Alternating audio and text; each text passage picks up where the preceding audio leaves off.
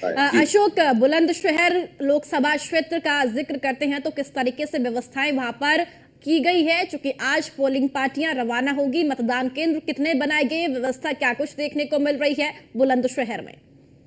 बिल्कुल, आपको बता दें कि बुलंदशहर में लगातार निर्वाचन अधिकारी बैठक कर रहे हैं और देर रात को बैठक चली और कानून व्यवस्था को सकुशलता पालन कराने के लिए पुलिस प्रशासन की और एनडीआरएफ सीआरपीएफ की जो कंपनी यहाँ पे आई हुई है उनको दिशा निर्देश दिए गए हैं। हम्म। करीबन 10 बजे से यहाँ से पोलिंग बूथ रवाना हो जाएंगी और करीबन 2284 बूथ संख्या है जहाँ पर बूथ बनाए गए हैं, वहां पर पोलिंग पार्टी रवाना होगी। सुरक्षा के मद्देनजर रखी जाए तो आरपीएफ को तैनात किया गया है, सीआरपीएफ को तैनात किया गया है। अब हम्म। चप्पे चप्पे पर पुलिस बल तैनात किया गया है और हुड़दंगियों को पूरी तरीके से निगरानी एलआईयू को भी अलर्ट रखा गया है।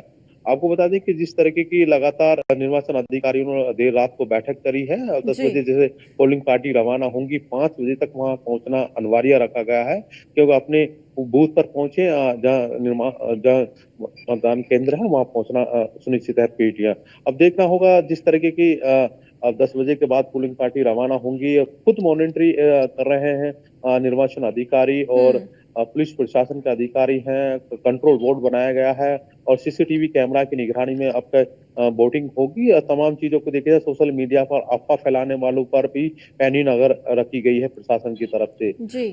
जिस तरीके की ये व्यवस्था है, दो विधानसभा करीबन 18 लाख वोटर अपना मत का प्रयोग करेंगे और प्रशासन की जिस तरह के पहले फेज में चुनाव परसेंटेज घटा है तो तमाम हम्म। चीजों को जागरूक करने के लिए कुछ निर्वाचन अधिकारियों ने सड़क पर निकले और दोनों ही अधिकारियों ने खुद अपील करी जनता से कि अपना मत का प्रयोग करें। ये राष्ट्रीय पर्व है, एक सरकार बनाने का अपना अधिकार होता है, उसका हम्म। ज्यादा से ज्यादा वोट डाले जाए। तो तमाम चीजों को देखा जाए तो पुलिस अपनी चप्पे चप्पे पर तैनात की गई है और जहाँ बोर्डिंग होगी उससे करीबन 500 मीटर की दूरी पर ही जो एजेंट को बैठा जाएगा, एजेंट पीछे रहेंगे जी। ताकि व्यवस्था सुनिश्चित की गई।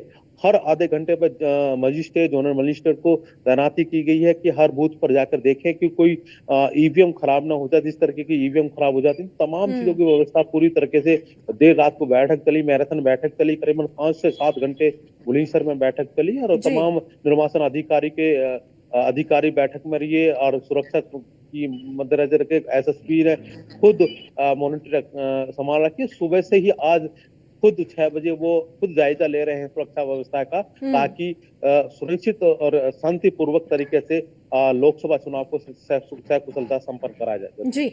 महेश, देखिए जिस तरीके से पहले चरण में मत प्रतिशत कम रहा, चुनाव आयोग के लिए भी एक बड़ी चुनौती है कि दूसरे चरण में कैसे इस मत प्रतिशत को बढ़ाया जाए।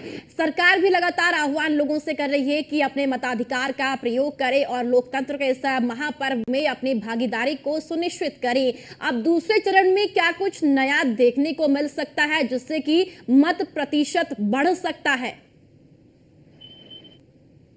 जो मतदान प्रतिशत जो कम हो रहा है उसका लगातार सबसे बड़ा सवाल ये है कि देखिए, एक तो गर्मी बहुत पड़ रही है, दूसरा इस समय जो किसान जो कि खेत में कार्य कर रहे हैं वो किसान में इसमें गेहूं की कटाई चल रही है, इसके कारण से मतदान पे असर पड़ता दिखाई पड़ रहा है। लेकिन प्रशासन की, अगर मतदान प्रशासन की बात की जाए तो उनको साफ लगातार वो प्रयास करते नजर आ रहे हैं कि मतदान प्रतिशत इस बार बढ़ाया जाए, क्योंकि जो पहले चरण का मतदान हुआ है उसमें काफी प्रतिशत में कमी आई थी, तो 3% कमी आई थी। लेकिन मतदान प्रशासन लगातार इसके लिए प्रयासरत है। लेकिन मैंने पहले भी आपको बताया कि एक चिंता है कि यहाँ पर लगातार कई गांवों में विरोध किया गया है, वो मतदान करने नहीं जाएंगे। लेकिन फिर भी मथुरा के जिलाधिकारी या कप्तान की बात की जाए या प्रशासनिक लोगों की बात की जाए, वो लगातार जनता को जागरूक कर रहे हैं और लगातार इसके लिए प्रयास भी कर रहे हैं कि जनता जागरूक हो और जितना भी अधिक से अधिक मतदान कर सके करे।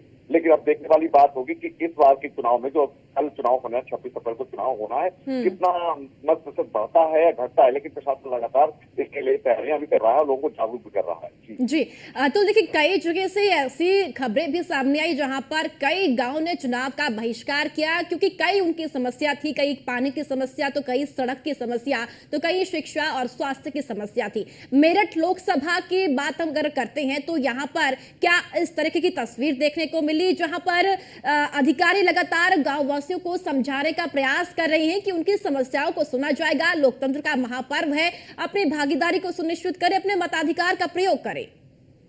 अब देखिए, बिल्कुल कहा जा सकता है, यह हर लोकसभा सीट की समस्या है। कहीं ना कहीं अगर विधानसभा चुनाव हो या लोकसभा चुनाव हो, इसी तरह से लोग अपने काम करवाने के लिए कहीं ना कहीं जनप्रतिनिधि को झुकाने के लिए एक ही मौका मिलता है। और लोकतंत्र के महापर्व की बात की जाए तो प्रशासन लगातार सभी से अपील कर रहा है, अपने घर से बाहर निकले। लगातार लोगों से अपील की जा रही है, घर से बाहर निकले, छुट्टी ना बनाए, लोकतंत्र के महापर्व का हिस्सा बने। उसी बीच अगर बात की जाए तो मेरठ में एक नहीं बल्कि कई दर्जन ऐसे गाँव हैं जहां पर चुनाव का बहिष्कार के पोस्टर तक लगाए गए हैं। लेकिन प्रशासन की अपील है कि जाकर के किसी जनप्रतिनिधि को वोट ना दे, किसी पार्टी को वोट ना दे, लेकिन कहीं ना कहीं चुनाव में लोकतंत्र के महापर्व में अपना योगदान जरूर करें। उसी को लेकर के अगर बात की जाए तो कहीं ना कहीं मेरठ में लगातार इस तरह का विरोध देखने को मिला था। भारतीय जनता पार्टी के लोकसभा प्रत्याशी हो या फिर समाजवादी पार्टी के प्रत्याशी हो, इनके खिलाफ लगातार विरोध प्रदर्शन जारी है। लेकिन प्रशासन की अपील है कि सभी घर से बाहर निकले, लोकतंत्र के महापर्व का हिस्सा बने। कहा जा सकता है कि 5 साल बाद एक बार लोकतंत्र मजबूत करने के लिए